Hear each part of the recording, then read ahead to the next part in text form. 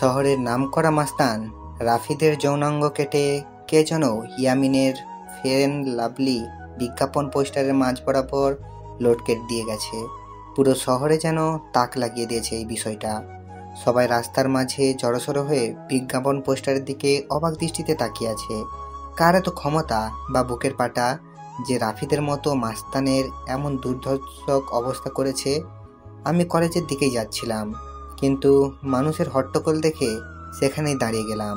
একজন মানুষ থেকে জিজ্ঞাসা করলাম, ভাই কি হয়েছে এখানে? আরে ভাই, দেখছেন না কি হয়েছে? শহরের নামকরা মাস্তান রাফিদের যৌনাঙ্গ কেটে কে যেন লটকে রেখেছে ফেয়ার অ্যান্ড লাভলি পোস্টারের মাঝে। শুধু তাই নয়, যে এমনটা করেছে সে তার নামের একটা ক্লোন ছেড়ে দিয়ে গেছে, যেটাতে লেখা আছে মাফিয়া গার্ল। লোকটার কথা শুনে থতমত খেয়ে গেলাম, কিন্তু লোকটাকে বুঝতে দিলাম না। ভাই, কে এই মাফিয়া গার্ল? তার বিষয়ে কোনো কিছু জানেন কি? ভাই, তার বিষয়ে আমি কেন শহরের ডিবি পুলিশরাও তার কোনো খোঁজ বের করতে পারেনি। এমন ডেঞ্জারাস এই মাফিয়া গার্ল আগের বারও লোকাল থানার ওসিকে এই অবস্থা করে মেরেছিল। ভাই, তাহলে তো অনেক খতরনাক একটা মানুষ এই মাফিয়া গার্ল। হ্যাঁ, অনেক খাতারনাক সে। এবার আমি চললাম ভাই। কখন তার কানে পৌঁছে যায় যে আমি তাকে নিয়ে কথা বলেছি, পরে সে আমারও এমন ভয়ঙ্কর অবস্থা করবে। ভাই, মাফও চাই, দোয়াও চাই। এমন বিভৎসভাবে মরার কোনো ইচ্ছা নেই আমার। তবে শেষে একটাই কথা বলি, মাফিয়া গার্ল যেটা করেছে সেটা একদম ঠিক করেছে। কারণ এই রাফিদ অনেক অত্যাচার করেছে শহরের মানুষকে। এই জালিমদের মজা বুঝিয়েছে মাফিয়া গার্ল। লোকটা চলে গেল, আমি এখনো সেখানে দাঁড়িয়ে আছি। আমার মাথায় খালি একটা জিনিসই ঘুরপাক খাচ্ছে, যে এমনটা করেছে তার আসলেই অনেক বড় বুকের পাটা। কে এই মাফিয়া গার্ল? না, এই মাফিয়া গার্লের সাথে আমি দেখা করব। তখনই কলেজের ফ্রেন্ড শামীম ফোন দিল। কি রে বেটা, তুই কই রে? তাড়াতাড়ি কলেজ আয়। কেন, কিছু হয়েছে নাকি রে? তুই কি রাফিদের বিষয়ে কিছু জানিস নি? হ্যাঁ, শুনেছি, আর আমি তো সেখানেই দাঁড়িয়ে আছি। বাপরে, কি কলিজা মাফিয়া গালের! এমন নাম করা নেতাকে সে এইভাবে কেলিয়ে দিল, আমার তো ভাবতেই অবাক লাগছে। আচ্ছা, তুই তাড়াতাড়ি কলেজ আয়। কলেজেও এইসব নিয়ে তোলপাড় চলছে, কারণ রাফিদ কলেজের নেতা ছিল। আচ্ছা, আমি আসছি, তুই একটু দাঁড়া। ফোন রেখে দিয়ে কলেজের উদ্দেশ্যে রওনা হলাম। মাথায় এখনো মাফিয়া গালের বিষয়টা ঘুরপাক খাচ্ছে। মাফিয়া গালকে নিয়ে ভাবতে ভাবতে কলেজে চলে গেলাম। কলেজে পৌঁছাতেই দেখি শামীম কলেজের গেটে দাঁড়িয়ে আছে। যাক, তুই এসেছিস, কিন্তু আজ নাকি ক্লাস হবে না। রাফিদের বিষয়টা জান্ন। কি এক আতঙ্ক লাগিয়ে দিল মাফিয়া গাল, আল্লাহ! হ্যাঁ রে, সেরকমের আতঙ্ক ছড়িয়ে দিয়েছে মাফিয়া গাল। তবে একদিকে ভালোই হয়েছে, রাফিদের মতন জানোয়ারকে সে সাইজ করেছে। অনেক উড়েছিল বেটা, এবার উড়াউড়ি বন্ধ হয়ে গেছে চিরতরে। এই জন্যই বলে বেশি উড়া ভালো না। হ্যাঁ, রাফিদ অনেক পাওয়ার দেখাতো কলেজে, একদম শিক্ষা দিয়ে দিয়েছে মাফিয়া গাল। আচ্ছা, বাদ দে এখন ওসব কথা। চল নদীর পাড়ে গিয়ে আড্ডা দিব। ওকে চল। তারপর দুই বন্ধু মিলে চলে গেলাম নদীর পাড়ে। সেখানে গিয়ে দুই বন্ধু বসে বসে আড্ডা মারছি। হঠাৎই নজর পড়লো আমাদের অপোজিটে বসে থাকা একটা মেয়ের দিকে। সে ল্যাপটপ নিয়ে বসে বসে কি একটা যেন করছিল। মেয়েটাকে ঠিক মতন দেখা যাচ্ছে না, কারণ চুলের কারণে পুরো চেহারা ঢেকে গেছে। তবে যতটুকু দেখা যাচ্ছে শরীরের অঙ্গ, ততটুকু দেখেই বুঝে গেলাম যে মেয়েটার গায়ের রং হুড়পড়িদের মতন। এই আকাশ, তুই ওইদিকে তাকিয়ে কি দেখছিস? আমি কত সময় ধরে বকাবকি করে চলেছি। আরে দেখ না, সামনে বসে থাকা মেয়েটার দিকে, কেমন মগ্ন হয়ে ল্যাপটপে কাজ করছে। আরে, এ তো আমাদের কলেজের রামিসা, যে কিনা কলেজের টপার, সবসময় পড়ালেখা নিয়ে মগ্ন হয়ে থাকে। এখনও নিশ্চয়ই ল্যাপটপে পড়ালেখা নিয়ে গবেষণা চালাচ্ছে। শামীম, তুই একটা জিনিস লক্ষ্য করেছিস মেয়েটার? তার চুলগুলো কত লম্বা লম্বা, আর গায়ের রংটাও পুরো দুধে আলতা। হ্যাঁ, সে আমি অনেক আগে থেকেই জানি, কারণ কলেজের সবাই ওর জন্য পাগল। কিন্তু সে কাউকেই পাত্তা দেয় না, সারাদিন পড়ালেখা নিয়ে পড়ে থাকে। তার কাছে এসবের কোনো টাইমই নেই। কিন্তু বন্ধু, মেয়েটাকে দেখে না আমার ভিতরে কেমন ঘুটাঘুটি মনে হচ্ছে, যেন মেয়েটা আমার ভবিষ্যৎ বউ হবে। সেই স্বপ্ন কোনোদিনও পূরণ হবে না তোর, কারণ আমাদের মতো ছাগলের কপালে এসব মেয়ে কখনোই জুটবে না। আরে জুটবে কি জুটবে না সেসব পরে দেখা যাবে, কিন্তু এখন চল না ওর সাথে একটু কথা বলে আসি। মনটা না কেমন যেন ছটফট করছে কথা বলার জন্য। আরে ভাই, তোর কি মনে হয় সে আমাদের সাথে কথা বলবে? ভাই, তাও চল না প্লিজ। আচ্ছা চল। শামীমকে নিয়ে মেয়েটার কাছে চলে গেলাম। মেয়েটার সামনে গিয়ে দাঁড়িয়ে আছি, ছায়ামূর্তির মতন, কিন্তু তার কোনো আমাদের দিকে খেয়ালই নেই। সে তার কাজে মগ্ন হয়ে আছে। এই দেখলি, দানবের মতো দুটো মানুষ আমরা তার সামনে এসে দাঁড়িয়ে আছি, কিন্তু আমাদের দিকে কোনো খেয়ালই নেই। রামিসা এমনই, কারোর সাথে কথা বলে না। আরে চুপ থাকতো, আমি কথা বলছি, দেখে থাক। আমি গলায় বড় করে কাশি দিলাম, কিন্তু মেয়েটার কোনো রেসপন্সই দেখতে পেলাম না। মেয়েটা এখনো তার কাজে মগ্ন। এবার শরম লজ্জা ভেঙে সোজা ডাক দিলাম, এই যে শুনেন। মেয়েটা আমার ডাক শুনে ল্যাপটপ থেকে মাথাটা তুলে তাকালো। এতটা সময় মেয়েটার চেহারা দেখা যাচ্ছিল না, কিন্তু এখন সে আমাদের দিকে তাকানোয় পুরো স্পষ্ট দেখা যাচ্ছে চেহারা। মেয়েটাকে দেখে পুরো শরীর ঠান্ডা হয়ে গেল আমার। ও আল্লাহ, এটা তো মেয়ে না, এটা তো পরী, ভুল করে নেমে আসা কোনো হুড়পড়ি। জি বলুন। আমি মেয়েটার দিকে চোখ বড় বড় করে তাকিয়ে আছি। আমার তো পুরো দুনিয়াদারি যেন নিমিষেই থমকে গেল। আমি চুপচাপ তাকিয়ে আছি মেয়েটার দিকে। তখনই সাইড থেকে শামীম ধাক্কা দিয়ে বলল, আরে আকাশ, তুই কোথায় হারিয়ে গেলি? হ্যাঁ, শামীমের কথায় হুঁশ ফিরে আসলো। না না, আমি এখানে আছি, কোথাও হারাইনি। না হারালে বোবার মতো ওর দিকে ড্যাব ড্যাব করে তাকিয়ে আছিস যে। শামীম কথা শেষ না করতেই পাশ থেকে মেয়েটা আবার বলে উঠল, যে কিছু বলবেন কি? না না, কিছু বলবো না, আপনাকে শুধু চেয়ে চেয়ে দেখবো। মানে বুঝলাম না। আরে মানে আপনার সাথে একটু কথা বলতে চাই। জি বললাম তো। আপনার পাশে কি একটু বসা যাবে? আগে পাশে বসে কি করবেন? কি বলতে এসেছেন সেটা বলে প্লিজ চলে যান। আমি এখন পড়া নিয়ে একটু বিজি আছি। আচ্ছা থাক, তাহলে অন্য একদিন বলবো। আচ্ছা। মেয়েটা আবার ল্যাপটপে মাথা গুঁজে দিল, আর আমি বোকার মতন সেখানে ঠায় দাঁড়িয়ে আছি। আমার যেন ভ্রমে কাটছে না। মেয়েটাকে দেখার পর থেকে পুরোপুরি মাতাল হয়ে গেছি আমি। এই আকাশ, চল এবার। না, আমি যাব না, তুই যা। মানে কি আকাশ, এখানে দাঁড়িয়ে দাঁড়িয়ে কি করবি শুনি? মেয়েটাকে তাকিয়ে তাকিয়ে দেখবো। আকাশ, তোর মাথা কি খারাপ টারাপ হয়ে গেল নাকি? কি সব আবল তবল বকছিস? হ্যাঁ হ্যাঁ, হয়তো হয়ে গেছে। ও আল্লাহ, কোনো পাগলের পাল্লায় পড়লাম আমি। আচ্ছা শামীম, একটা কথা বলি। হ্যাঁ বল। আমার না মেয়েটাকে কোলে উঠিয়ে নিয়ে কাজী অফিসে দৌড় দিতে মন চাচ্ছে। ইচ্ছে করছে এখনই বউ বানিয়ে ফেলি মেয়েটাকে। একটা ঠাঁটিয়ে লাগিয়ে দেবো না তোর গালে, বেটা ফাজিল। চল তুই এখান থেকে। শামীম আকাশকে টেনে সেখান থেকে নিয়ে চলে আসলো। শামীম, এমনটা না করলেও পারতিস, আর একটু দেখতে দিলে কি হতো মেয়েটাকে। একদম চুপ তুই। কি সব পাগলামো শুরু করেছিস আকাশ? মাথা তার কি ছিঁড়ে গেছে তোর নাকি? হ্যাঁ, ধ্যাৎ বেটা, তুই আমার মনের দুঃখ বুঝলি না। থাক তুই, আমি বাসায় গেলাম। শামীমকে ফেলে রেখে সেখান থেকে সোজা বাসায় চলে আসলাম।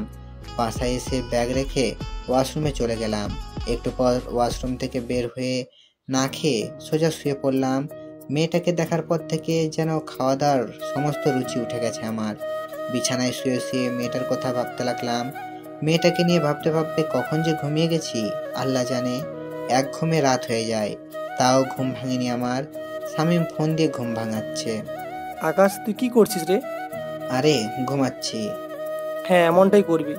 এদিকে দুনিয়াদারি পুরো ধ্বংস হয়ে যাচ্ছে, আর তুই পড়ে পড়ে ঘুমাচ্ছিস, বেটা বলদ। আরে কি হয়েছে? তাড়াতাড়ি ইউটিউব ওপেন কর, একটা চ্যানেল থেকে মাফিয়া গার্ল লাইভে এসেছে, আমি তোকে লিঙ্ক দিয়ে দিচ্ছি। কি? তাড়াতাড়ি লাফ দিয়ে উঠে বিছানা ছেড়ে উঠে পড়লাম। তারপর ফোনের ডাটা অন করে শামীমের দেওয়া লিঙ্কটা থেকে ইউটিউবে প্রবেশ করলাম। ইউটিউবে প্রবেশ করতেই দেখি মাফিয়া গার্ল লাইভে এসেছে। চেহারা দেখা যাচ্ছে না, পুরো মুখ ঢাকা তার। আর তার থেকে বড় কথা, মেকানিক্যাল একটা অটো ভয়েস থেকে সে লাইভে এসেছে। দেখুন, সবার উদ্দেশ্য করেই বলছি, আমাকে ধরা তো দূরের কথা, সেসব কিছু নিয়ে চিন্তা করলেও ঘাট থেকে মস্তক আলাদা করে দেব আমি। আর আজকে লাইভে আসার উদ্দেশ্য হলো নেতা রাফিদের ব্যাপারে কিছু জানানোর আছে আপনাদেরকে। রাফিদ এখনো জীবিত, কিন্তু আজ তার শেষ দিন। আগামীকাল শহরের যে কোনো এক স্থানে রাফিদের লাশ আমি ফেলে রেখে যাব। তার লাশ উদ্ধার করে নিয়ে যাওয়ার অনুরোধ রইল ডিবি পুলিশ অফিসারদের।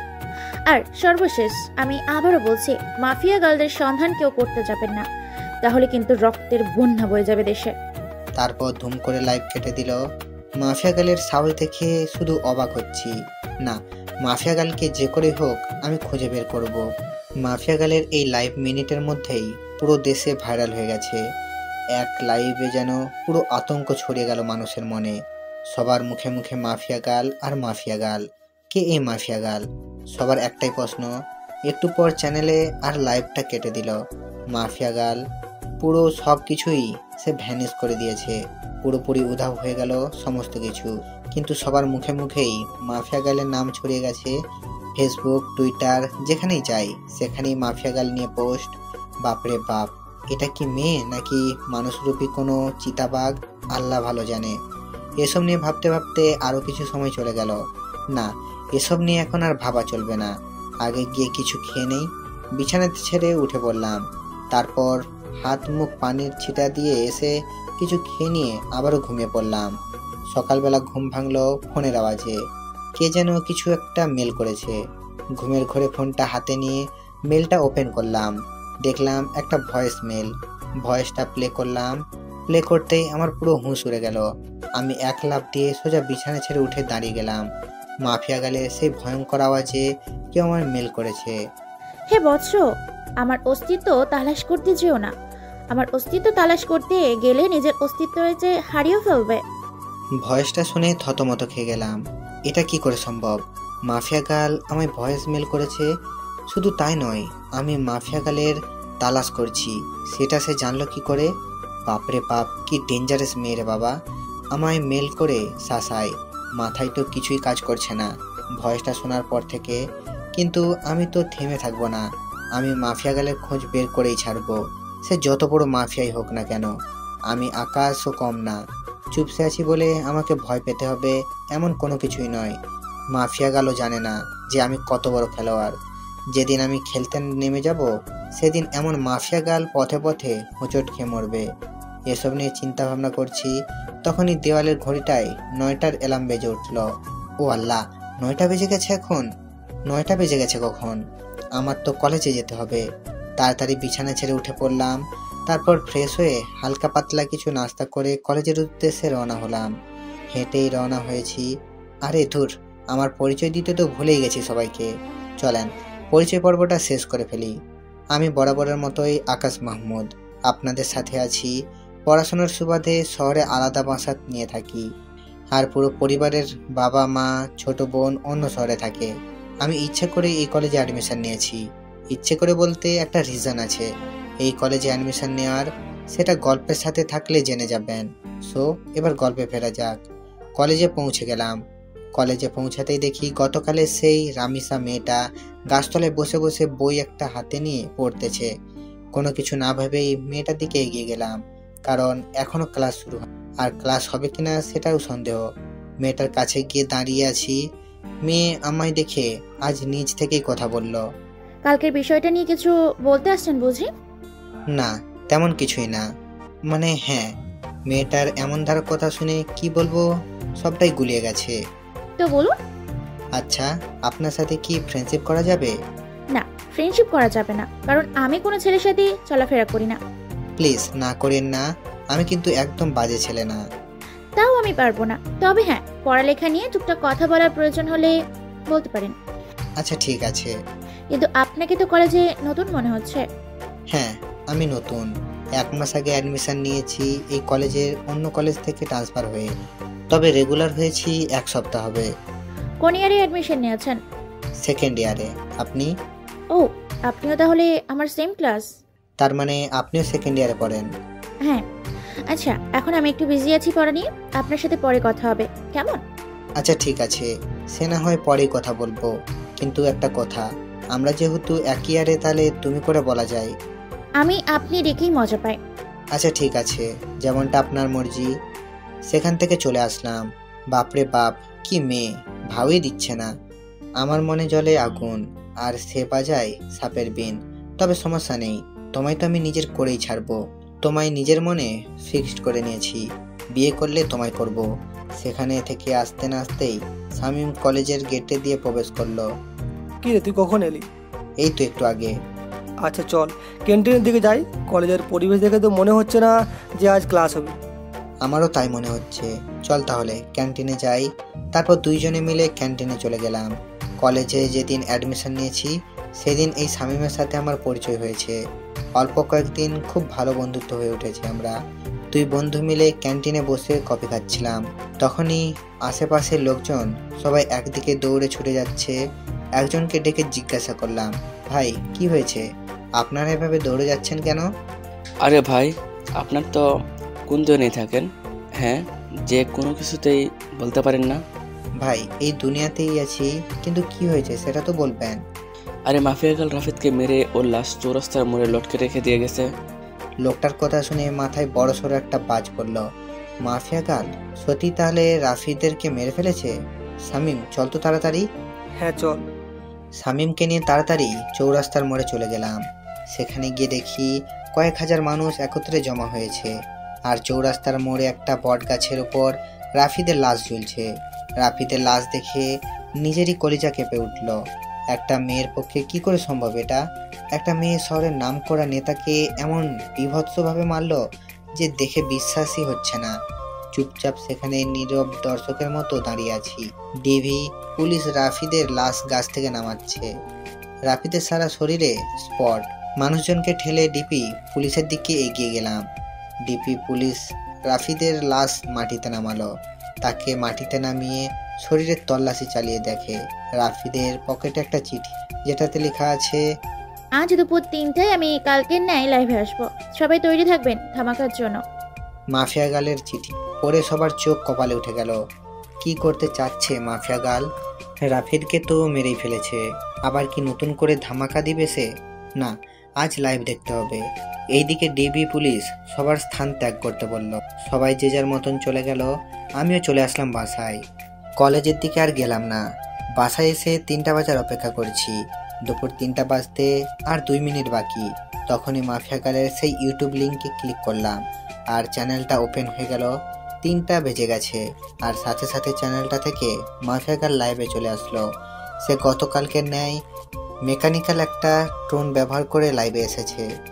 আমি জানি আপনারা সবাই আমার লাইভের জন্য অপেক্ষা করছেন, সো অপেক্ষার প্রহর কেটে গেছে, আমি চলে এসেছি।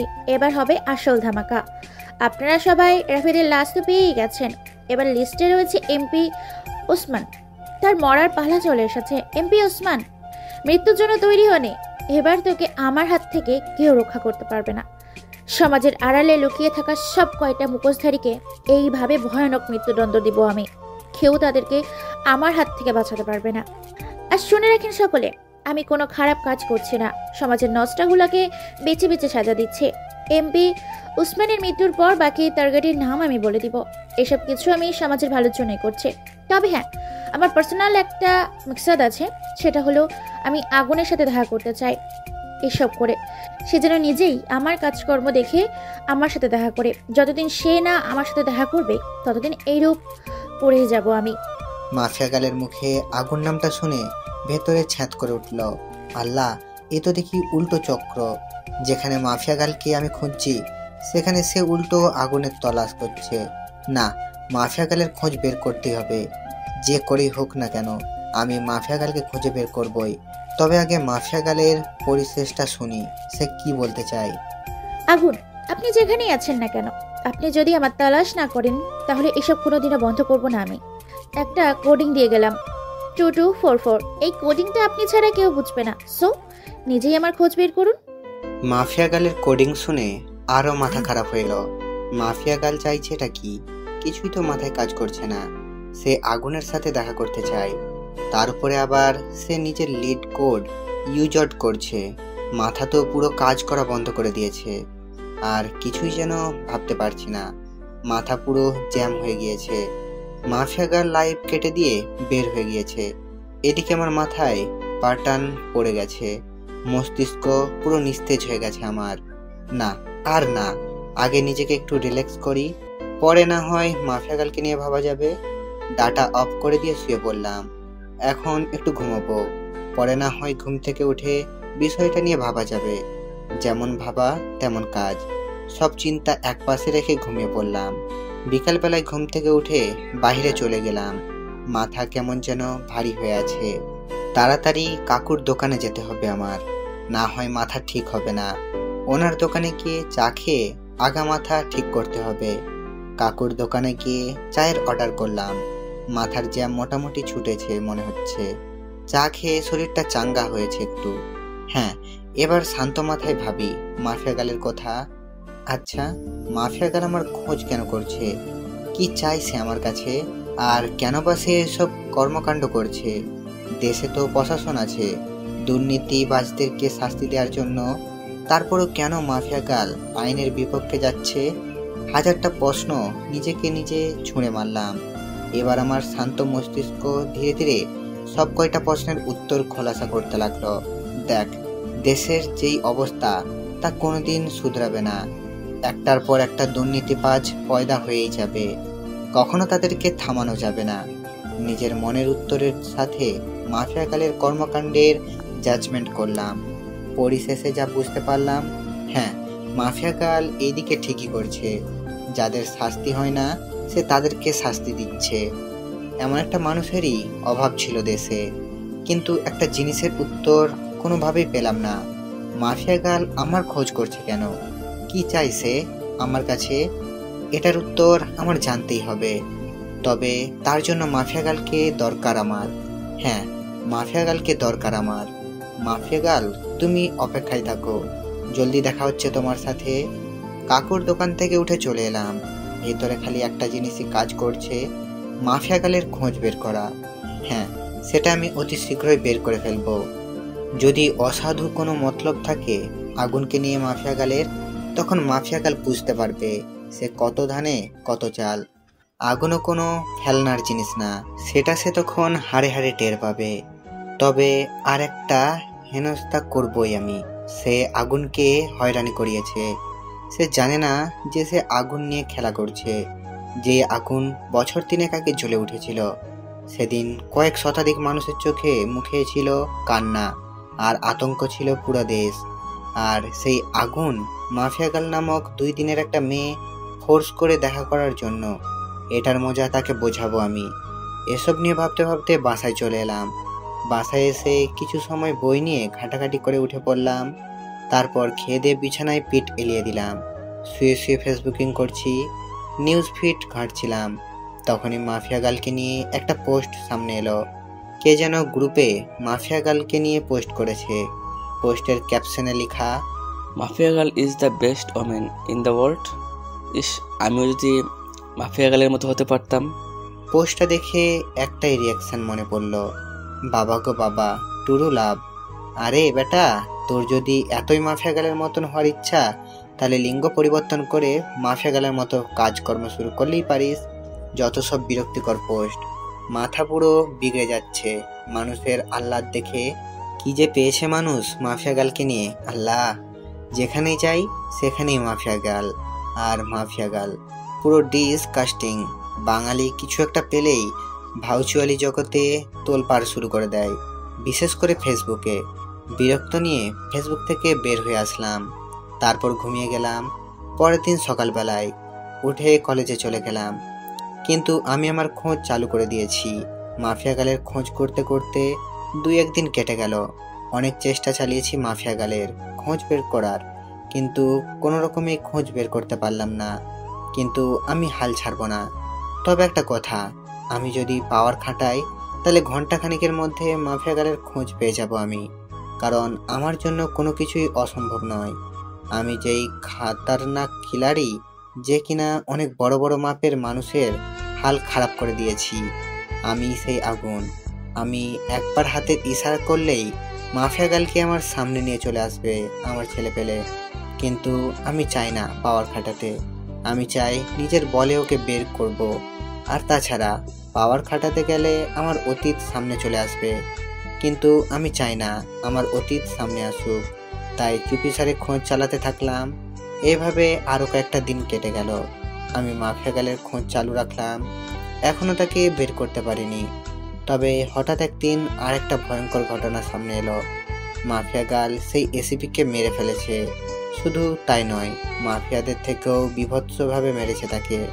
এসিপিকে মেরে তার যৌনাঙ্গ কেটে মুখের সাথে সেলাই করে দিয়েছে, কারেন্টের খাম্বায় লটকে রেখেছে, সাথে গলার মধ্যে একটা লেম প্লেট ঝুলিয়ে দিয়েছে, যাতে লেখা আছে, আমি স্পেন আমল, দুর্নীতির জন্য আজ আমার এমন ভয়াবহ মৃত্যু হয়েছে। এবার তো আরো আতঙ্ক ছড়িয়ে গেল। আগের বার রাফিদ এবার প্রশাসনিক কর্মকর্তা। এমন কর্মকাণ্ড করে মাফিয়া গাল এবার আরো ভাইরাল হয়ে গেল দেশে। এদিকে আমার মাথায় তো বাজ পড়ছে মতন অবস্থা। না, এবার আর চুপ থাকবো না।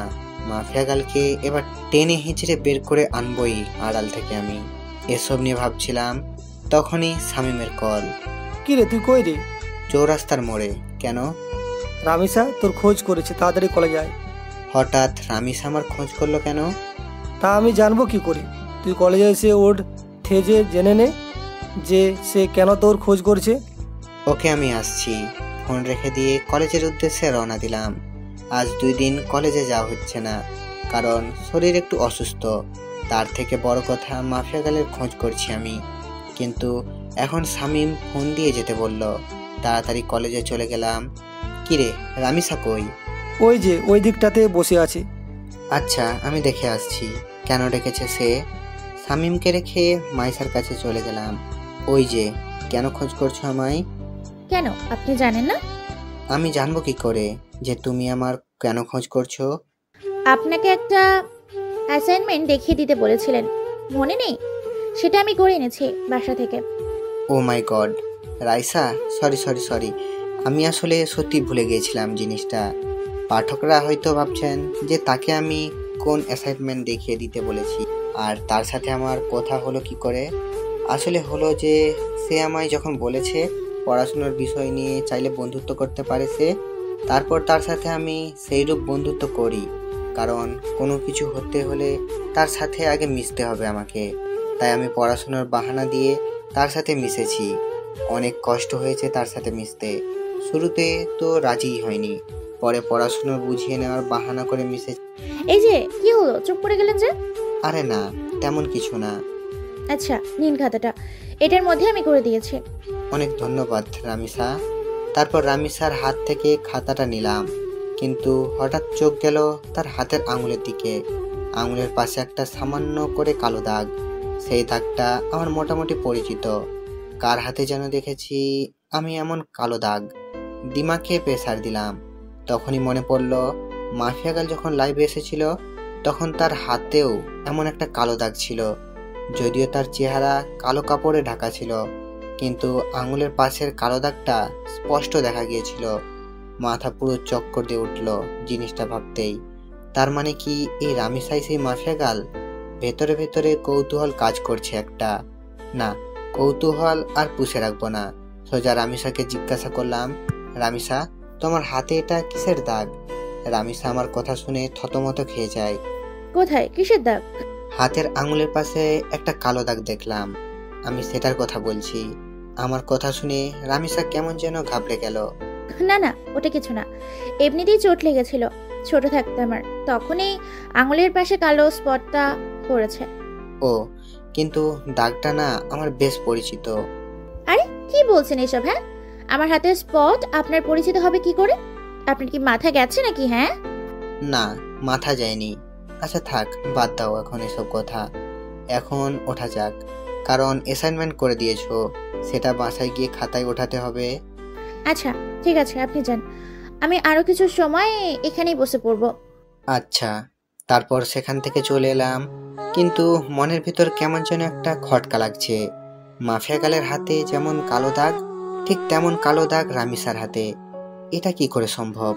আর তাছাড়া রামিসার সাথে কথা বলার সময় লক্ষ্য করেছি সে কেমন যেন ঘাবড়েছিল। সে যদি সত্যি মাফিয়া গাল না হয় তাহলে ঘাবড়েছিল কেন? ধুর, মাথায় কিছুই কাজ করছে না। না, এসব নিয়ে আর ভাবতে পারছি না। এবার আড়াল থেকে মাফিয়া গালের তল্লাশ করব। এসব নিয়ে ভাবতে ভাবতে হাঁটছিলাম, তখনই শামীমের ডাক দিল।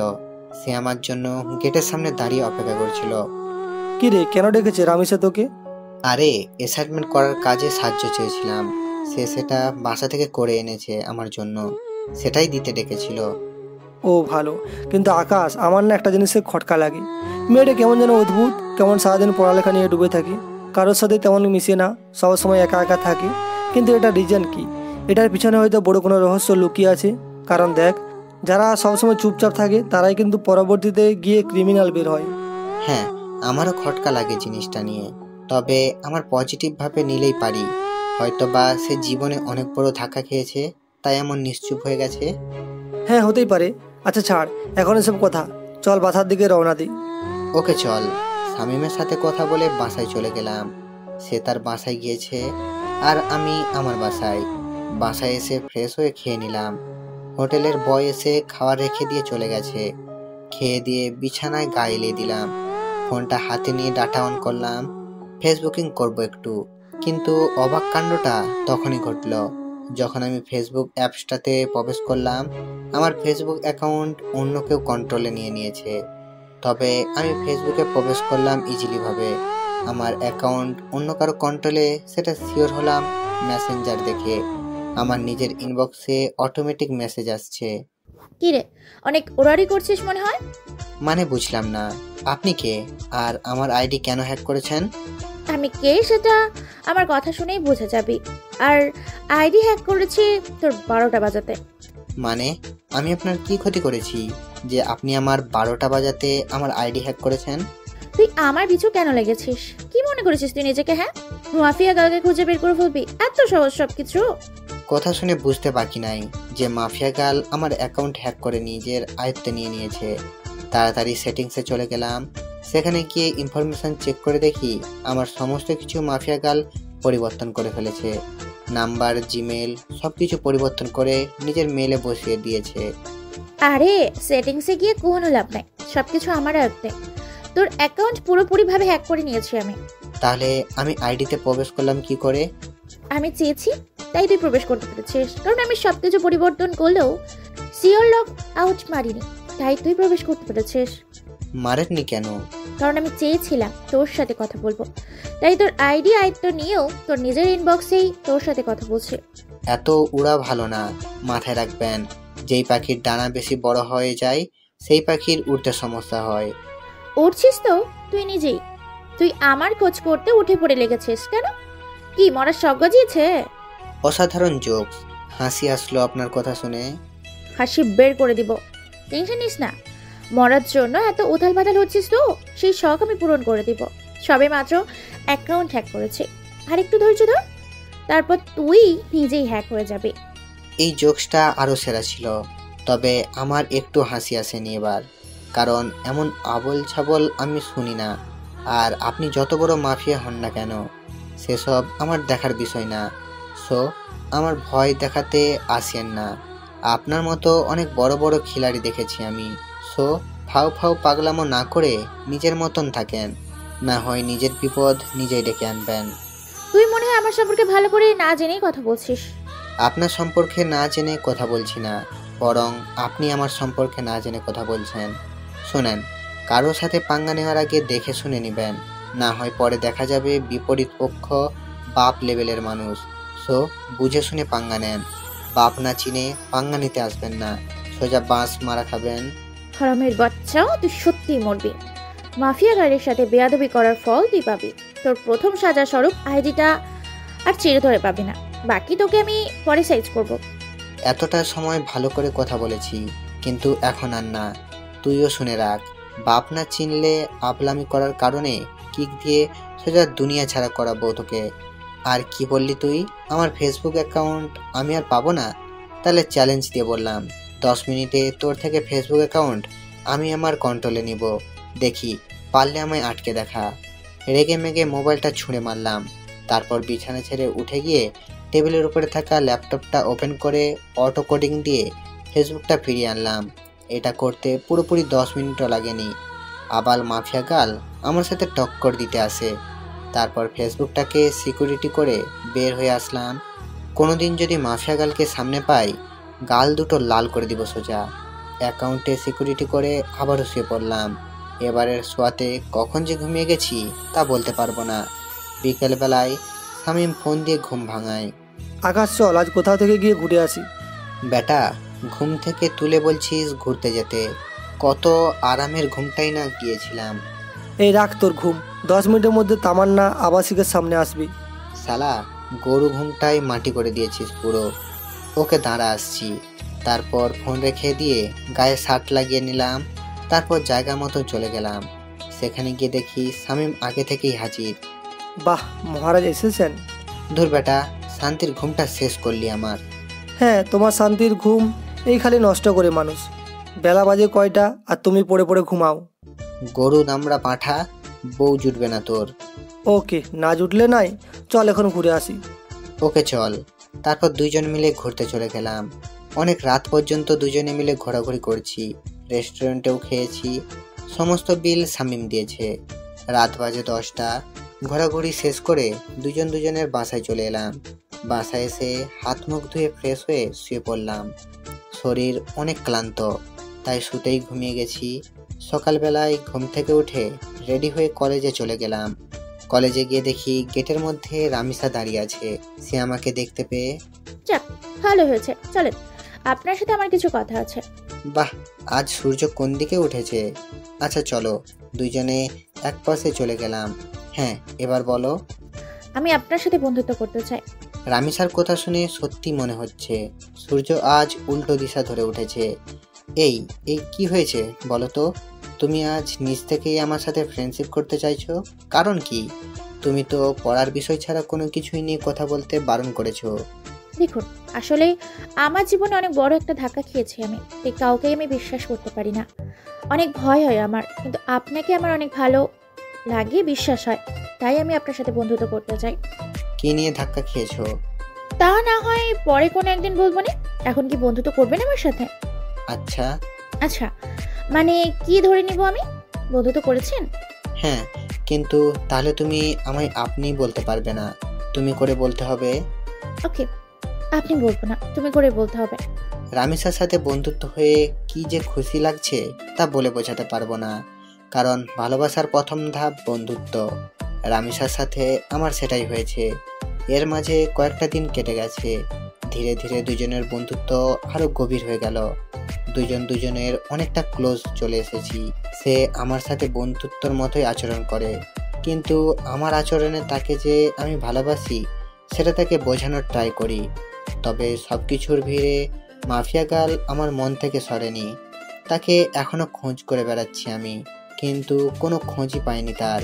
তবে রামিসাকে আমার কিছুটা সন্দেহ হয়, কারণ তার হাতের কালো দাগটি মাফিয়া গার্লের সাথে মিলে।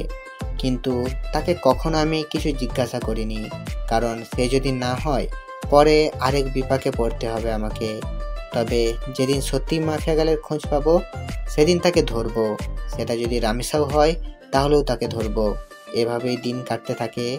একদিন সকালবেলা ঘুম থেকে উঠে কলেজে যাওয়ার জন্য ফ্রেশ হচ্ছি। ব্রাশ হাতে নিয়ে ওয়াশরুমে দাঁড়িয়ে দাঁড়িয়ে হেলাম ঠেলাম করে দাঁত ব্রাশ করছিলাম। হঠাৎ ওই ওয়াশরুমের আয়নায় কিছু একটা চোখ পড়ল। ভালো করে লক্ষ্য করে দেখলাম আমার পিছন বরাবর মাস্ক পরে কেউ একজন দাঁড়িয়ে আছে। মাস্ক আর চেহারার আকৃতি দেখে বুঝতে বাকি রইল না আমার যে আমার পিছনে মাফিয়া গাল দাঁড়িয়ে আছে। আজ মাফিয়া গালের শেষ দিন। কিয়ামত ঘটিয়ে দেব আজ মাফিয়া গালের। সাথে সাথে ঘাড় ঘুরিয়ে পেছনে তাকালাম, কিন্তু অবাক করা বিষয়, পিছনে কাউকেই দেখতে পেলাম না। মিনিটের মধ্যেই মাফিয়া গাল যেন কোথাও হাওয়া হয়ে গেল। কিরে, গেল কোথায় সে? সারা ওয়াশরুমে চোখ বুলিয়ে দেখতে লাগলাম, কিন্তু কোথাও মাফিয়া গালকে দেখতে পেলাম না। মিনিটের মধ্যেই কোথাও উধাও হয়ে গেল মাফিয়া গাল। মাথায় তো কিছুই খেলছে না। চার দেওয়ালের মাঝ থেকে হাওয়া কি করে হয়ে গেল সে? মাফিয়া গাল কি সত্যি এখানে এসেছিল, না আমি চোখে ধাঁধা খেয়েছি? নিজেকে চিমটি কেটে দেখলাম, না, সত্যি তো এখানে কেউ নেই। তার মানে আমি ধাঁধা খেয়েছি। উফ আল্লাহ, এই মাফিয়া গালকে যে আমি কি করব তা আমি নিজেও জানি না। খালি সময়ের অপেক্ষায় আছি, সময়টা হোক একবার। তারপর তাড়াতাড়ি ফ্রেশ হয়ে বের হয়ে এলাম ওয়াশরুম থেকে। তারপর নাস্তা করে কলেজের উদ্দেশ্যে রওনা হলাম। কলেজে পৌঁছে রামিসার সাথে ক্লাসে চলে গেলাম। শামীম আজ কেন জানি কলেজে আসেনি। আমি আর রামিসা ক্লাস শেষ করে আড্ডা দিতে বসলাম একটা নির্জন জায়গায়। আচ্ছা আকাশ, তোমার একটা কথা বলি আমি। হ্যাঁ বলো। আচ্ছা, কোনোদিন যদি আমার সম্পর্কে এমন কোনো কিছু তুমি শোনো যেটা তুমি কোনোদিনই এই আমার থেকে এক্সপেক্ট করোনি। মানে কি, বুঝলাম না। আরে তেমন কিছু না, এমনিই বলো যে তোমার রিয়াকশন তখন কেমন হবে। অবাক করার কোনো কিছু শুনলে তো অবাক তো হবই, কিন্তু কি শুনবো সেটা তো বলো। আরে বললাম তো তেমন কিছু না, এমনিই মনে হলো কথাটা মনের মধ্যে, তাই জিজ্ঞেস করলাম। রামিসা, তোমায় একটা কথা বলি। প্লিজ আমার থেকে কখনো কোনো কথা লুকিও না তুমি, কারণ তুমি জানো না যে তোমার জন্য আমার মনে কতটুকু জায়গা রয়েছে। না, লুকাবো কেন কোনো কথা? আচ্ছা রামিসা, আরেকটা কথা, আমি চাই তুমি আমার সাথে সারা জীবন থাকো। সারা জীবন কি করে থাকবো? আজ না হয় কাল একই সাথে পাড়ি দেব, এতটা মিল মোহব্বত, কিন্তু একদিন না একদিন তো ছেড়ে যেতেই হবে। রামিসার কথা শুনে কলিজাটা মোচড় মেরে উঠল। আমি যেন কথাটা শোনার জন্য প্রস্তুত ছিলাম না। না, যত যাই হোক, রামিসা আমায় ছেড়ে যেতে পারে না। আমি আমার জীবনের বিনিময় হলেও তাকে আটকে রাখবো আমার কাছে। খপ করে রামিসার হাত চেপে ধরলাম। এই আকাশ, কি করছো কি? রামিসা, না, তুমি আমায় ছেড়ে কখনো কোথাও যাবে না। আমি তোমায় কোথাও যেতে দিব না। যেদিন তোমার প্রথম দেখি সেই দিনই ভালোবেসে ফেলি তোমায়। প্লিজ, তুমি আমায় ছেড়ে কোথাও যাবে না। এই আকাশ, তোমার কি মাথাটা খারাপ হয়ে গেছে নাকি? হ্যাঁ, কি সব আবল তাবল বকছো? না, আমার মাথা খারাপ হয়নি। Ramisa, I love you.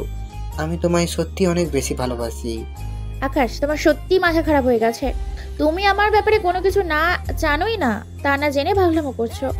যখন সবটা জানবে তখন তুমি আমার চেহারাও দেখতে চাইবে না। না, আমি এত কিছু শুনতে চাই না।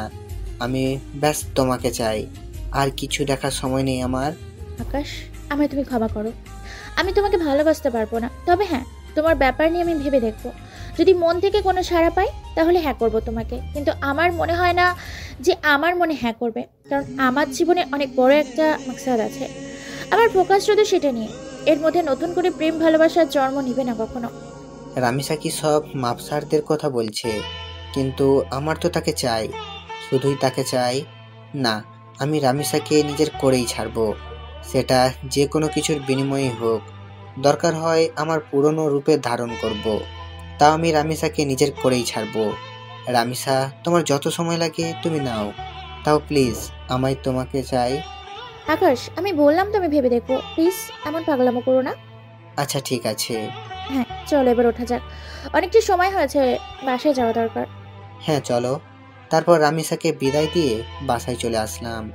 বাসায় এসে ফ্রেশ হয়ে খেয়ে দিয়ে নিত্যদিনের রুটিন ফলো করলাম। শুয়ে শুয়ে কিছুটা সময় ফেসবুকিং করব, তারপর ঘুমিয়ে পড়ব। আজকেও একটা অবাক করা কাণ্ড ঘটলো। ফেসবুকে ঢোকার সাথে সাথে আজকেও মাফিয়া গার্ল আমার ফেসবুক অ্যাকাউন্টে হ্যাক করার চেষ্টা করেছে, কিন্তু করতে পারেনি, কারণ আমি টাইট সিকিউরিটি করে রেখেছি। কারোর বাপের সাধ্য নাই যে আমার অ্যাকাউন্ট হ্যাক করবে এখন। তৎক্ষণাৎ একটা মেল আসলো মাফিয়া গার্ল নামক একটা ব্যাংক জিমেল থেকে। নিজেকে অনেক বড় কিছু ভাবিস তুই, আমিও দেখবো তুই কতদিন নিজেকে গুটিয়ে রাখতে পারিস। মেলটা দেখে চরম লেভেলের মেজাজ খারাপ হয়ে গেল।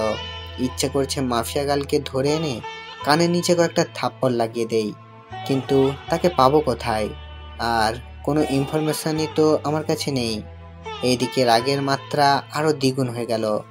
দাঁড়া, আজ তোর 12টা বাজাচ্ছি, এমন গালি দিব তোকে তুই নিজে এসে আমার কাছে ধরা দিবি। মাফিয়া গালের সেই জিমেলটাতে ক্লিক করলাম। জিমেলটাতে ক্লিক করতেই সেটা উধাও হয়ে গেল। ইরর দেখাচ্ছে জিমেলটাতে ক্লিক করার পর। আমার বুঝতে বাকি নেই যে সে আমায় ব্ল্যাক জিমেল থেকে মেল করেছে।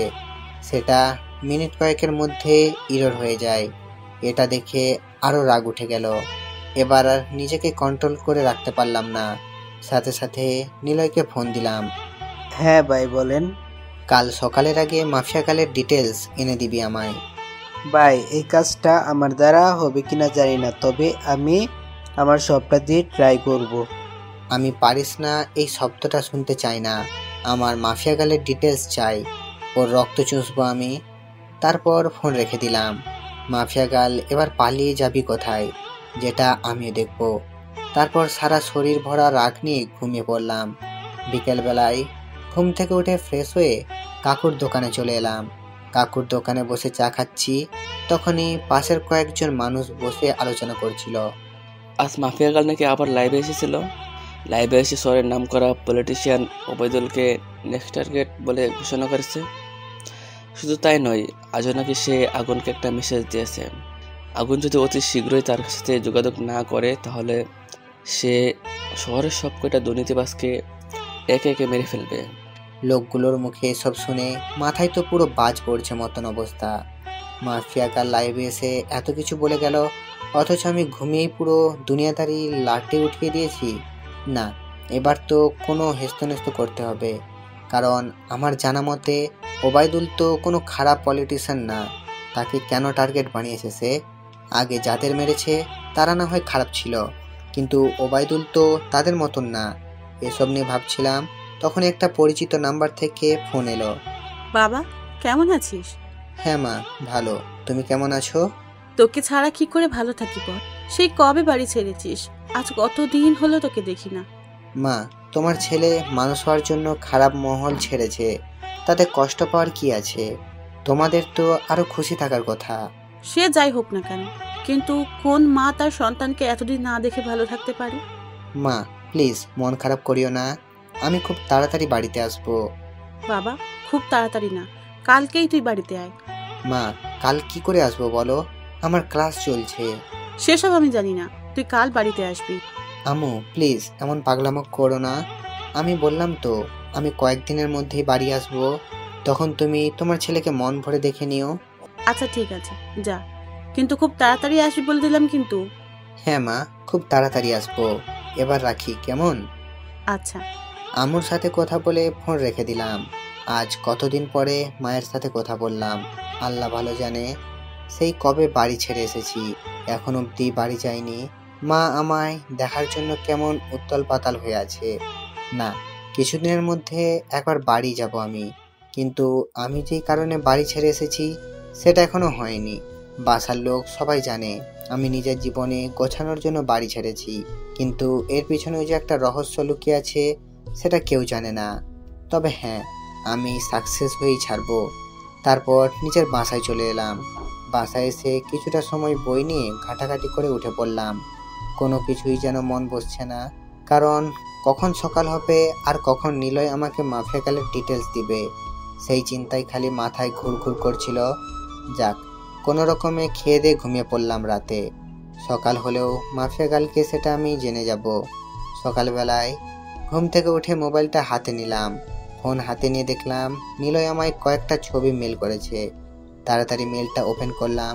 মেল করা ছবিতে ক্লিক করতেই যা দেখলাম তাতে তো পুরো দুনিয়াদারি চক্কর খেতে লাগলো আমার, কারণ ছবির মানুষটা আমার খুব পরিচিত, যেই মুখটার মুখোমুখি কয়েক হাজারবার হয়েছি আমি নিজের চোখকে বিশ্বাস করতে পারছি না যে এই মেয়েই সেই মাফিয়া গাল যাকে আমি চোখের সামনে কয়েক হাজারবার দেখেছি, যার সাথে আমার চরম লেভেলের উঠা বসা।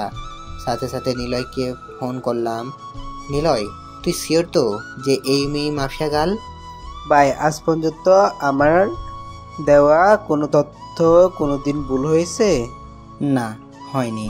কিন্তু এটা কি করে সম্ভব নিলয়? ঈশিতা কি করে এমনটা করতে পারে? ঈশিতা তো আমার কলেজ ফ্রেন্ড ছিল, যার সাথে দীর্ঘ কয়েক বছর কাটিয়েছি আমি।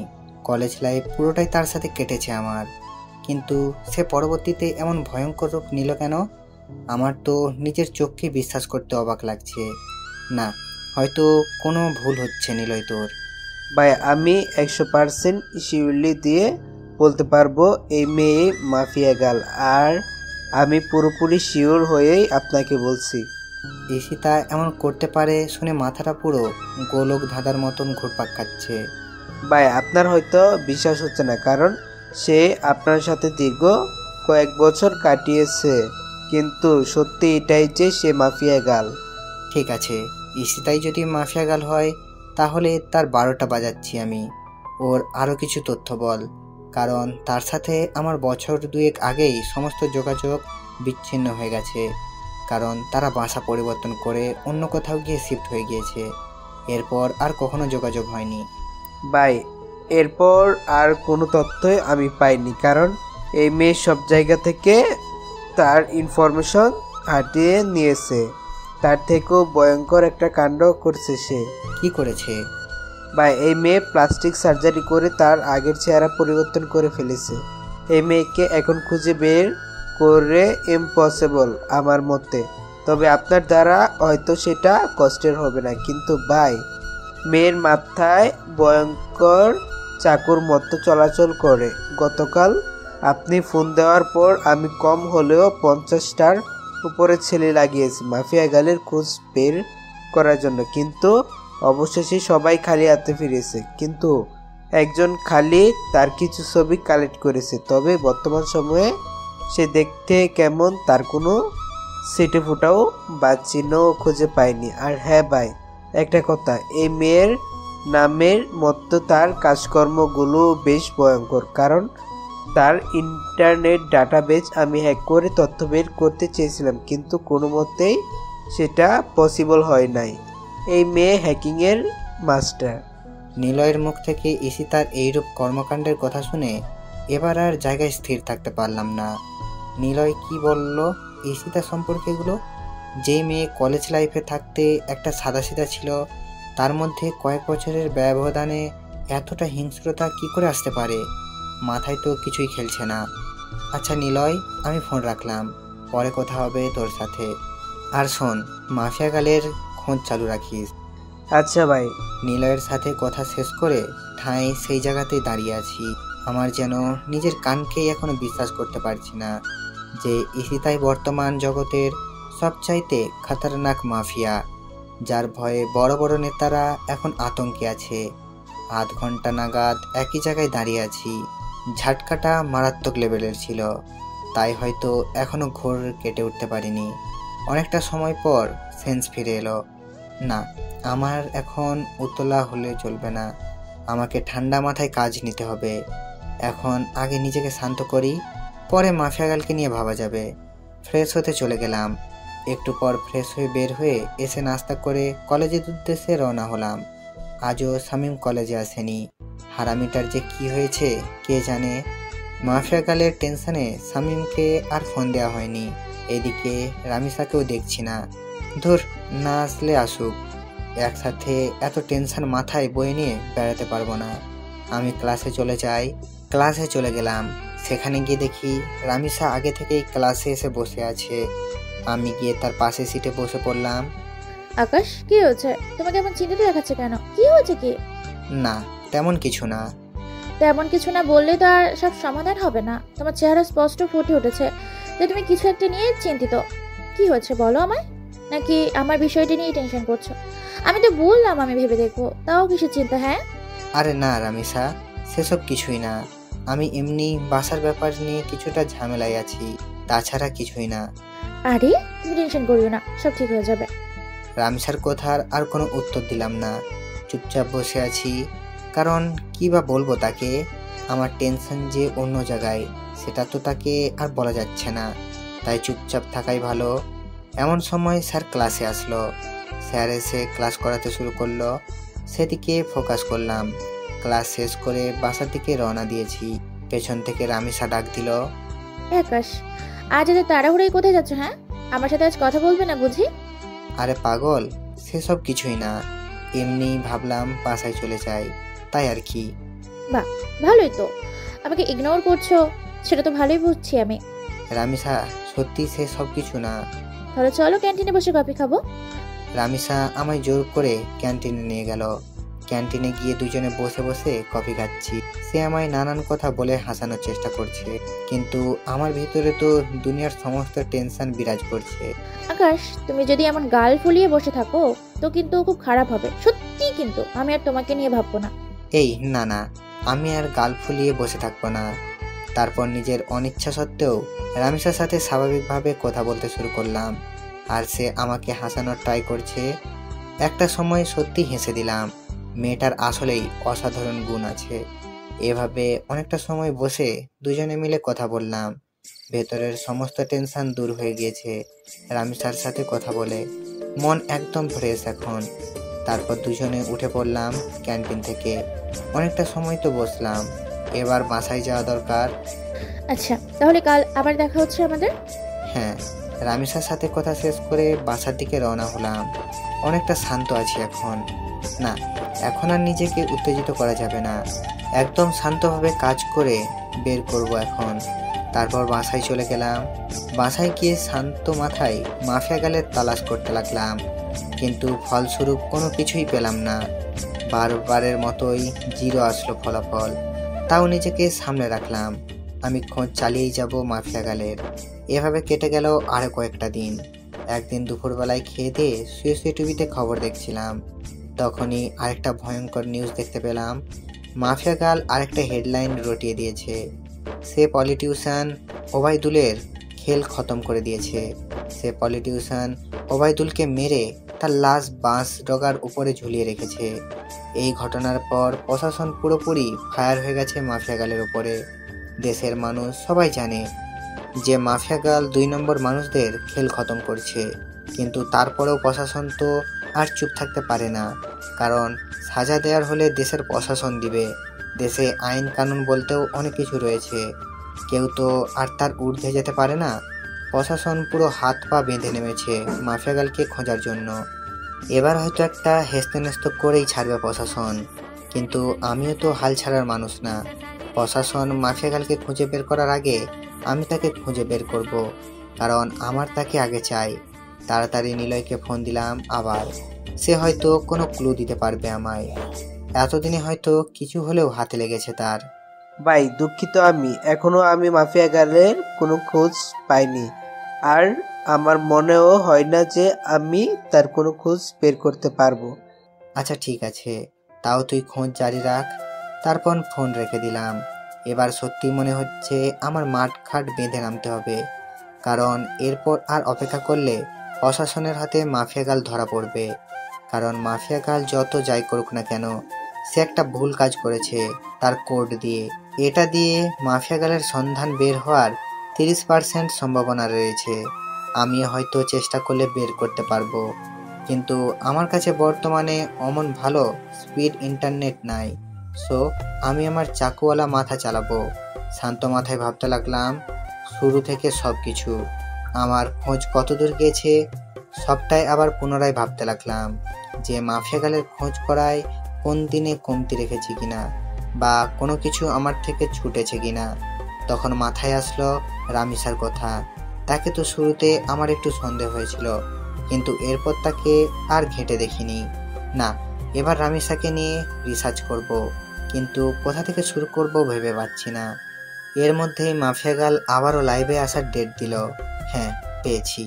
এবার মাফিয়া গার্লের লাইভ করার সময় আমি রামিসার সাথে থাকবো। সে যদি মাফিয়া গার্ল হয় তাহলে তো তখন সে লাইভ করতে পারবে না। বাহ, আমার সাথে সেই সময় থাকতে বাহানা দেখাবে, তখন সেটা দেখেই যা বোঝার বুঝে নেব। পরের দিন মাফিয়া গার্ল আগের টাইমের ন্যায় ঠিক 3টায় লাইভে আসবে বলেছে। এদিকে আমি রামিসার ফোন দিয়েই বলেছি যে সে যেন আগামীকাল দুপুর 3টায় আমার সাথে দেখা করে। একটা জরুরি কাজ আছে তার সাথে আমার, তাকে বিশেষ কিছু বলার আছে আমার। সে সরাসরি না করে দেয়। না, কাল দুপুর 3টায় আমার একটা বিশেষ কাজ আছে, তখন তোমার সাথে কোনোভাবেই আমি দেখা করতে পারবো না। রামিসার কথা শুনে খটকা লাগলো মনের ভিতরে। তার মানে কি আমার ধারণাই ঠিক? রামিসা সেই ক্রিমিনাল যাকে পুরো দেশের প্রশাসন মিলে বাতি লাগিয়ে খুঁজছে। ওহ মাই গড, মাফিয়া গার্ল এতদিন আমার চোখের সামনেই ছদ্মবেশ নিয়ে ঘুরছে, অথচ আমি তাকে চিনতেই পারিনি। না, এবার একটা হেস্তনেস্ত করতেই হবে। এবার রামিসাকে ধরার পালা এসে গেছে। মাফিয়া গার্ল এবার পালাবে কোথায়, এসব নিয়ে ভাবছিলাম। ঠিক তখনই রামিসা আমাকে আবার ফোন দিয়ে বড়সড় একটা শক খাইয়ে দেয়। আচ্ছা ঠিক আছে আকাশ, আমরা কাল 3টে বাজে দেখা করবো। তবে হয়তো আমার কলেজে আসা হবে না, কাল বাসায় কিছু কাজকর্ম বাকি আছে। রামিসার কথা শুনে থতমত খেয়ে গেলাম। একটু আগে সে বলল কোনোভাবেই কাল 3টায় দেখা করা সম্ভব না, আবার এখন বলছে কাল 3টায় দেখা করবে। এদিকে আমি রামিসাকে নিয়ে কত কিছু ভেবে বসলাম। তাহলে কি রামিসা মাফিয়া গার্ল না? ও আল্লাহ, মাথা পুরো জ্যাম খেয়ে আছে। মাফিয়া গার্ল যদি কাল 3টার সময় লাইভ করে আর এদিকে রামিসা আমার সাথে থাকে, তাহলে তো রামিসা মাফিয়া গার্ল না। আমার সন্দেহটা তাহলে পুরোপুরি ভুল হবে। না, আর ভাবতে পারছি না আমি কি সব ঘটছে আমার সাথে। একটা সূত্র ধরে 2 কদম এগিয়ে যাচ্ছি, কিন্তু পরবর্তীতে নিরাশ হয়ে 4 কদম পেছনে চলে আসছি। মাথা পুরো আগুনের মতো গরম হয়ে আছে। ফোন বালিশের পাশে রেখে ঘুমিয়ে পড়লাম। বিকেলবেলা ঘুম থেকে উঠে হাঁটতে বের হলাম। বের হওয়ার আগে বেশ কয়েকবার শামীমকে ফোন দিয়েছি, কিন্তু সে রিসিভ করেনি। কাকুর দোকানে বসে চা খাচ্ছিলাম, তখনই শামীম ফোন দিল। কি রে, ফোন দিয়েছিলি মনে হয়? হ্যাঁ, দিয়েছিলাম। আচ্ছা, তোর কি হয়েছে বলতো? আজ কতদিন হয়ে গেল তুই ক্লাসে আসিস না, তার উপরে কোনো খবর সবর নাই। আরে বাসায় একটা সমস্যা হয়েছে ছোট বোনকে নিয়ে, তাই কিছুদিন কলেজে আসিনি। সমস্যা কেটে উঠতে হয়তো আরও কয়েকটা দিন সময় লাগবে, তারপর কলেজে আসবো। ও আচ্ছা, আচ্ছা থাক তাহলে, তুই আগে সমস্যার সমাধান কর, পরে না হয় কলেজে আসিস। ওকে বন্ধু। শামীমের সাথে কথা বলে ফোন রেখে দিলাম। তারপর কাকুর দোকান থেকে উঠে বাসায় চলে আসলাম। অপেক্ষায় আছি কালকের দিনের। কোনো মতে আজকের দিনটা পার করে দিলাম। পরের দিন কলেজে চলে গেলাম। রামিসা আজ ক্লাসে আসবে না, তারও নাকি বাসায় কি কাজ বাকি আছে, তাই আজ আমার একাই কাটাতে হবে কলেজে। কোনোভাবে কলেজ টাইম শেষ করে বাসায় চলে এলাম। তারপর বাসায় এসে ফ্রেশ হয়ে খেয়ে দিয়ে রামিসাকে ফোন দিলাম। হ্যাঁ, কোথায় দেখা করবে বলো? কলেজ মাঠে আসো, আমিও বাসা থেকে বের হয়ে সেখানে আসছি। ওকে। আমি শার্ট পরে কলেজ মাঠে চলে গেলাম। সেখানে গিয়ে ঘাসের ওপরে বসে আছি। 3টা বাজতে আর মাত্র মিনিট 5 বাকি। এমন সময় রামিসাও চলে আসলো। আচ্ছা বলো তো, হঠাৎ আমার সাথে এমন কি জরুরি কথা বলবে যার কারণে আজ এত এই অসময়ে এখানে আসতে বললে? বলবো, একটু ওয়েট করো। আমি বাসার থেকে আসার সময় রামিসাকে নিয়ে অনেক কিছুই ভেবে এসেছি। কেন এখন বললে কি হবে? আরে একটু বসো না, এত অস্থির হচ্ছ কেন? একটু পরেই বলবো। এখন আগে মাফিয়া গালের লাইভ দেখবো। 3টা বাজতে চলেছে। রামিসা আমার মুখে মাফিয়া গালের কথা শুনে চোখ পাকিয়ে তাকিয়ে আছে আমার দিকে। কি হলো, এভাবে চোখ পাকিয়ে তাকিয়ে আছো কেন? আকাশ, হঠাৎ তোমার মাফিয়া গার্লকে নিয়ে এত মাথা ব্যথা উঠলো কেন? আরে না, কিসের মাথা ব্যথা? মাফিয়া গার্ল আজ লাইভে আসবে বলেছে। সবাই তার লাইভ দেখার জন্য বসে আছে, তাই আমিও দেখবো বলে ভেবেছি। ও আচ্ছা, পাশে এসে বসো, দুজনে মিলে মাফিয়া গার্লের লাইভ দেখি। রামিসা এসে আমার পাশে বসলো, আর আমি মোবাইলটা হাতে নিয়ে মাফিয়া গার্লের ইউটিউবের লিঙ্কে ক্লিক করে সেখানে ঢুকে পড়লাম। 3টা বাজতেই মাফিয়া গার্ল লাইভে চলে আসলো। মাফিয়া গার্লের লাইভ দেখে আমি রামিসার দিকে হাঁ করে তাকিয়ে আছি। নিজের ভেতরে কেমন যেন একটা খারাপ লাগা কাজ করছে। আমি রামিসাকে নিয়ে কত কিনা ভেবে ফেলেছিলাম, কিন্তু পরিশেষে সবটাই মিথ্যা প্রমাণ হলো। আর সত্যি যদি রামিসা মাফিয়া গার্ল হতো, তাহলে সে লাইভে আসতে পারতো না এই সময়ে, কারণ রামিসা আমার পাশে বসে আছে। সে একই সময় 2 জায়গায় 2 রকম কর্মকাণ্ড কি করে করবে? ধ্যাত, নিজের উপর চরম লেভেলের রাগ হচ্ছে। সিধা সাদা একটা মেয়েকে নিয়ে আমি কত বাজে ভাবনা করেছি। এই কি হলো তোমার মনে, কোন দিক দিয়ে? হ্যাঁ, তুমি না বলো মাফিয়া গার্লের লাইভ দেখবে, সে তো লাইভে এসে বকবক করছে, কিন্তু তোমার তো কোনো খবরই নাই। রামিসার ডাকে হুঁশ ফিরে আসলো। হ্যাঁ, দেখবো তো। তারপর মাফিয়া গার্লের লাইভ দেখায় ফোকাস করলাম। সে তার ইন্ট্রোডাকশন দিয়েই যাচ্ছে। আমি আপনাদের আগেই বলেছি, এবারও বলছি, আমার কোনো খারাপ মাকসাদ নেই। আমার মূল মাকসাদ হচ্ছে যারা দেশের নাম বেঁচে খায় তাদের হাতে হারিকেন ধরিয়ে দেওয়া, আর আমি সেটাই করছি। শুধু তাই নয়, এবার থেকে দেশের মধ্যে যত কয়টা গ্যাংস্টার টিম আছে তাদের সব কয়টাকে আমি মৃত্যুর চৌকাঠ অব্দি পৌঁছে দিব। শান্তশিষ্টভাবে দেশ চলবে, কোনো ধরনের টিম আর থাকবে না দেশে। মাফিয়া খুফিয়া সব আমি ধুলোয় মিশিয়ে দিব। আর আগুন, আপনার মুখোমুখি হওয়ার ইচ্ছে আমার বহুদিন আগে থেকেই, অনেক আগ থেকে শুনে এসেছি আগুনের নাম। যে আগুন নাকি সত্যি এক সময়ের খতরনাক খিলাড়ি ছিল, যার নাম শুনলে এখনো নাকি অনেকে প্যান্ট ঢিলে হয়ে যায়। আমি চাই আপনার মুখোমুখি হতে, আমি চাই মানুষ রূপে আগুনটাকে নিজের চোখে দেখতে। সো আপনি আমার মনের খায়েশটা পূরণ করে দিন। না হয় আমার যদি আপনাকে খুঁজে বের করতে হয়, সেদিন কিন্তু বাঘের সিংহের লড়াই হয়ে যাবে। সেদিন কিন্তু নিজের ক্রোধ দমিয়ে রাখতে পারবো না। সেদিন নির্ঘাত আপনি আমার হাতে মারা পড়বেন। এটা কোনো হুমকি না, তবে হুমকির চাইতেও কম না। আপনি হতে পারেন এক সময়ের সর্বসেরা ক্লারি, কিন্তু মাথায় রাখবেন বর্তমান সময়ের নামকরা মাফিয়া গার্ল আমি। সো ভালোই আপনার দর্শন করিয়ে দিন আমায়। এবারের মতো লাইভ সমাপ্ত করলাম। তারপর মাফিয়া গার্ল লাইভ কেটে চলে গেল, কিন্তু আমার মাথায় তো পুরো দাউ দাউ করে আগুন জ্বলতে শুরু করলো মাফিয়া গার্লের কথা শুনে। সত্যি এখন যদি মাফিয়া গার্লকে চোখের সামনে পেতাম, তাহলে হয়তো তার মুন্ডিটা আলাদা করে ফেলতাম। রাগে নাক কান দিয়ে ধোঁয়া বের হচ্ছে। আকাশ, কি হলো তোমার? তোমার চেহারাটা এমন 12টা বেজে আছে কেন? আরে না, তেমন কিছু না। আচ্ছা ঠিক আছে, কিন্তু প্লিজ আমায় কি জরুরি কথা বলতে ডেকেছো সেটা বলো প্লিজ। আমার তাড়াতাড়ি বাসে যেতে হবে। রামিসার কথা শুনে বিপাকে পড়ে গেলাম। আল্লাহ, এখন রামিসাকে কি বলবো আমি? কারণ তাকে তো পরীক্ষা করার জন্য ডেকেছিলাম, কিন্তু সে তো পরীক্ষায় পাস করেছে। আর আমার ধারণা মিথ্যা প্রমাণ হয়েছে। কি হলো, কথা বলছো না যে? আসলে রামিসা, তোমায় ডেকেছিলাম কেন জানি বলে মাথায় চুলকাতে শুরু করলাম। হ্যাঁ, কেন বলো? আসলে রামিসা, প্লিজ, আমি তোমায় অনেক বেশি ভালোবাসি। তোমায় ছাড়া আমার থাকতে কষ্ট হয়। প্লিজ, তুমি আমায় অ্যাকসেপ্ট করে নাও এখনই। আমার আর থাকতে ইচ্ছে করে না একা একা। কট করে বানিয়ে বানিয়ে অনেকখানি কথা বলে দিলাম। বানিয়ে বানিয়ে বলতে কথাগুলো সত্যি, কারণ আসার সময় ভেবে এসেছিলাম যে রামিসা যদি মাফিয়া গার্ল না হয় তাহলে তার হাত থেকে আমি শক্ত করে সারা জীবনের জন্য ধরে বসবো। আকাশ, এটা বলতে তুমি আমায় এখানে রেখেছো? হ্যাঁ। আমি না তোমায় বললাম আমার সময় চাই, আমার মন সারা দিলে আমি তোমায় বলবো। প্লিজ রামিসা, এখন রাজি হয়ে যাও। সময় টময় নিও না আর। তুমি বোঝো না কেন আমার খুব কষ্ট হয় তোমাকে ছাড়া। আমার তোমাকে চাই। প্লিজ রাজি হয়ে যাও না, প্লিজ প্লিজ। আচ্ছা আচ্ছা, থামো, যাও, রাজি হব, কিন্তু তার আগে তোমাকে আমার একটা কথা দিতে হবে। কি কথা? যাই হয়ে যাক না কেন, কোনোদিন তুমি আমার হাত ছাড়তে পারবে না, কোনোদিন তুমি আমায় ভুল বুঝতে পারবে না। সবসময় আমার পাশে ছায়ার মতো হয়ে থাকতে হবে। যত বিপদ আসুক না কেন, আমাকে কখনো একা লড়াই করার জন্য ছাড়তে পারবে না তুমি। তুমিও আমার সাথে সেই লড়াইয়ে সামিল হবে।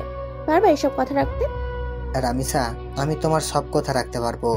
নিজের জীবনের সবটুকু দিয়ে তোমায় আমি আগলে রাখবো। দুনিয়ার কোনো শক্তিই আমার থেকে তোমাকে আলাদা করতে পারবে না। আমি আমার সবটা দিয়ে তোমায় রক্ষা করব। কোনো বিপদ আসলে তোমাকেও লাগবে না। তার মোকাবেলা আমি আকাশ একাই করব, কথা দিলাম তোমায়। এমনই একটা মানুষ চেয়েছিলাম আমি আমার জীবনে। প্লিজ, তুমি কখনো আমায় ছেড়ে যেও না। না কলিজা, ছেড়ে যাব না বলেই রামিসা নিজের বুকে টেনে নিলাম। আর একটা কথা, প্লিজ আকাশ, তুমি আমার জীবনের সমস্ত অন্ধকার দূর করে দিয়ে আলোয় ভরিয়ে দিও। হ্যাঁ কলিজা, সব অন্ধকার দূর করে দিয়ে তোমার জীবন আলোয় ভরিয়ে দিব আমি। রামিসার কোনো কথা বলল না। সে আমার বুকে চুপচাপ পড়ে আছে। অনেকটা সময় দুজনে এভাবে ঘাসের উপরে বসেছিলাম আমরা। তারপর সেখান থেকে উঠে এলাম। আকাশ, আমার তাড়াতাড়ি বাসায় যেতে হবে। আচ্ছা চলো, তোমায় ছেড়ে দিয়ে আসি। না, তা লাগবে না, তুমি বাসায় চলে যাও, আমি একা একা যেতে পারবো। আচ্ছা ঠিক আছে। তারপর রামিসাকে গাড়িতে তুলে দিয়ে আমি বাসায় চলে এলাম। খুব খুশি লাগছে আজকে। বাসায় এসে হাত মুখ ধুয়ে কিছু খেয়ে নিলাম। তারপর ফোনটা হাতে নিয়ে শুয়ে শুয়ে ফেসবুকিং করছি। তখনই লক্ষ্য করলাম কেউ একজন আবার আমার ফেসবুক আইডি হ্যাক করার চেষ্টা করছে। আমি শিওর যে এটা মাফিয়া গালের কাজ। মেজাজটা আবারও বিগড়ে গেল। এই মাফিয়া গালকে পেলে যে আমি কি করব তা আল্লাহ ভালো জানে। কিন্তু দুঃখের বিষয় তাকে তো আমি ধরতেই পারছি না। তখনই একটা বুদ্ধি মাথায় আসলো। সাথে সাথে ফেসবুক থেকে সমস্ত সিকিউরিটি হাটিয়ে ফেললাম আমার। এবার আমি মন থেকেই চাইছি যে মাফিয়া গাল আমার আইডি হ্যাক করুক। কারণ গতবার যখন মাফিয়া গাল আমার আইডি হ্যাক করে তখন তার থেকে আমি আইডি উদ্ধার করার সময় একটা জিনিস লক্ষ্য করেছিলাম, যে লগ ইন অ্যান্ড সিকিউরিটিতে ব্রাউজারের লোকেশান এক একবার এক এক জায়গায় দেখাচ্ছিল। কতক্ষণ ফিনল্যান্ড, কতক্ষণ সুইজারল্যান্ড, কতক্ষণ ফিলিস্তিন। মোট কথা সেকেন্ডে 2 বার করে লোকেশন পরিবর্তন হয়েছিল। কিন্তু তখন আমি একটা বোকামো করেছিলাম।